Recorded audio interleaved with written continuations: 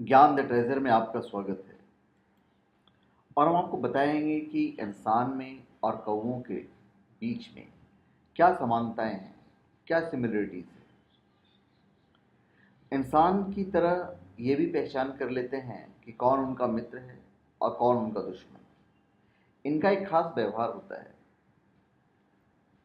Central park में एक मरे हुए कौवे के इर्द गिर्द बहुत सारे कौवे इकट्ठे हो गए। खास तरह की आवाज में इनके स्वर गुंजायमान होने लगे। शुभ, एक बेचैनी भरा शोर। इस व्यवहार को मॉबिंग कहते हैं मॉबिंग। संसार के हर कोने में प्रायः कौवा पाए जाते हैं।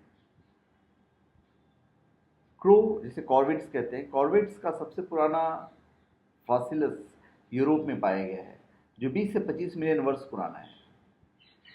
कौवे के टोटल 45 प्रजाति पाए गए हैं, जिनमें पीका, नेट क्रैकर्स, कार्बिच, ट्री पॉडर्स, बुश पॉडर्स, ये सब उनके मेन कैटेगरी हैं। इनके बच्चे एक बार अगर घोंसला छोड़ दें तो दोबारा लौट कर नहीं आते हैं। गंजे आदमी और ईगल के पीछे पड़ जाते हैं। पता नहीं कहाँ खलवाड़ बंदों से इसे इतनी चिढ़ है। जब भी मौका मिला चोंच मारने से पीछे नहीं रहते। चोंच में पत्थर का टुकड़ा लेकर कहीं भी गिराते देखे जा सकते हैं। कॉमन क्रो की आयु 7 साल, जबकि वाइल्ड में इनकी आयु 14 साल तक हो जाती है। इंसानों की तरह भूख लगने, क्रोध या खुशी आने पर प्रतिक्रिया देते हैं। साथी के बिछोड़ने पर इन्हें भी उदासी घेरती है। संगीत के प्रति भी इनका रुझान देखा गया है।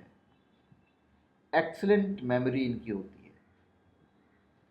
यूरोपियन मिथक के अनुसार इसे एविल माना जाता है। फ्रांस में दुष्ट पुजारियों की आत्मा माना जाता है।